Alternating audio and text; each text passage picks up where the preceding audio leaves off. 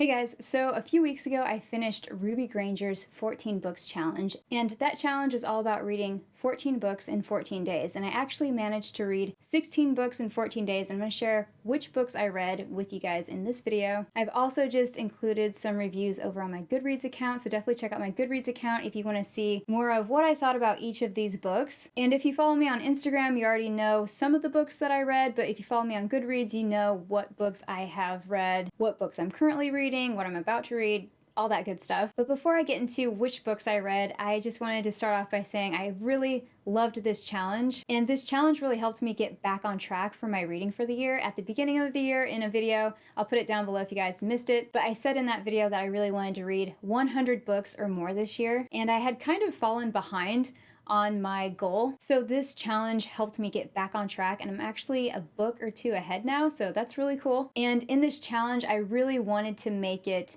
manageable for me. It was very challenging. At the same time, I knew I wanted to continue with my day-to-day activities and get work done. So there were some smaller books that I picked. I also read some poetry. I'm also very interested in poetry. I write poetry myself. And in this challenge, there were some books that I really have been wanting to read for quite some time. I just hadn't gotten my hands on yet. But what really helped was just going to my local library and just picking out books from the shelves that I thought I could probably read that in a day. I could probably read this one within 2 days. Again, some of these books I've been wanting to read for quite some time. There was one book in this reading challenge that I actually have read before that I wanted to reread. But again, I managed to read 16 books in 14 days, and let's just go ahead and get into it. So the first day of this challenge, I was actually finishing up reading Savannah Brown's The Truth About Keeping Secrets. And I had actually just started that like a couple days before, so I had like more than half that book to finish the first day that I knew this challenge was going on. So I finished that book the first day. The second day of this challenge, I actually read 3 books just because I didn't want to get behind. The first few books were The Sun and Her Flowers by Ruby Carr, The Witch Doesn't Burn in This One by Amanda Lovelace, and Lin-Manuel Miranda's Good Morning, Good Night. And the other books I read during this challenge were, I reread one of my favorite books from J.D. Salinger, Franny and Zoe. I also read John Green's Turtles All the Way Down, The Heart of Understanding by Thich Nhat Hanh, The Life-Changing Magic of Not Giving a Fuck by Sarah Knight, Lying by Sam Harris, The Princess Saves Herself in This One by Amanda Lovelace, which I liked this one much better than her second book, must say, Animal Farm by George Orwell, Off Your Digital Detox for a Better Life by Tanya Gooden, Dying, a Memoir by Corey Taylor, The Compassion Book by Pema Chodron, We Should All Be Feminists by Chimamanda Ngozi Adichie, In Conclusion, Don't Worry About It by Lauren Graham, and Gratitude by Oliver Sacks. And there's been quite a few books I've read since this challenge ended, so definitely check out my Goodreads account if you want to see what books I'm currently reading. Again, this challenge was challenging, and it also made me focus again on reading and really make more of a commitment to read and really just make reading a priority again, because I had fallen off my reading schedule or my reading routine. Like, I like to read in the mornings, I also like to read in the night, and somewhere along this year I just kind of fell off doing that. I fell off that wagon. So this challenge really helped me get back on track, and it helped me make time for reading again, which I love doing. I would much rather be reading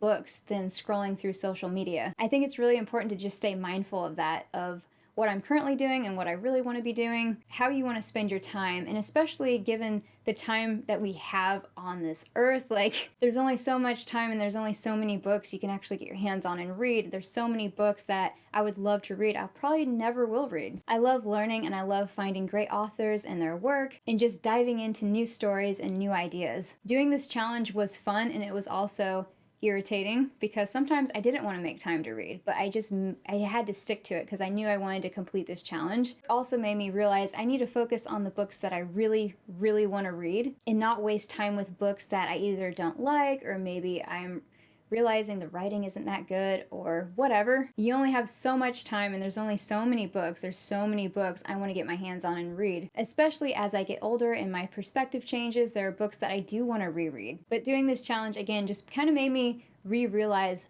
all of this, and I really, really enjoyed this challenge. So again, if you want to see my reviews on some of these books, I have my Goodreads account linked below.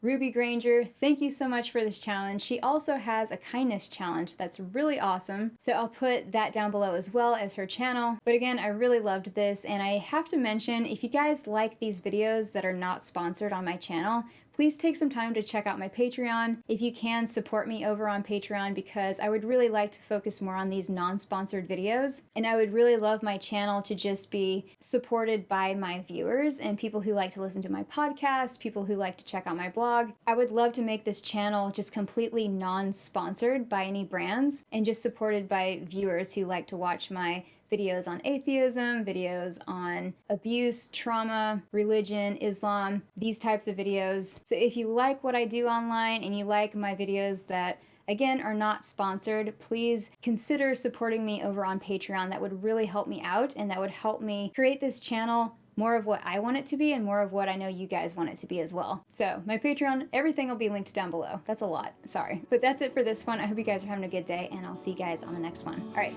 bye.